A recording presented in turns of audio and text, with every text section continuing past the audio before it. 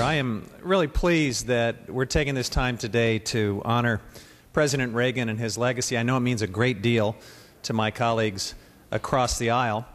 And I have to say that I remember coming of age politically as a college student during the Reagan years, and I didn't at that time appreciate how history would come to smile on President Reagan. I didn't like most of his policies. In Latin America, I thought he was militaristic. I disagreed with him on almost everything.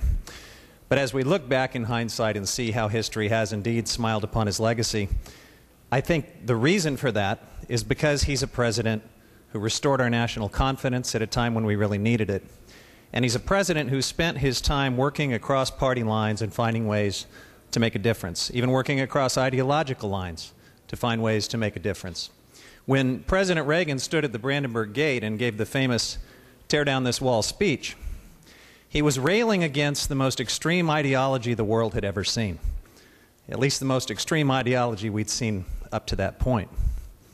I think the other part of President Reagan's legacy that we should particularly invoke today was his willingness to raise revenues when necessary in the public interest.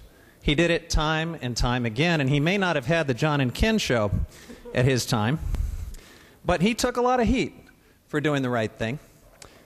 He was criticized by business leaders. The claim was made that his tax increases would further erode the competitive position of U.S. industries, which already face a crisis in world competition. Another business leader said it was an absolute disaster. A leader of the National Restaurant Association said it would devastate their industry.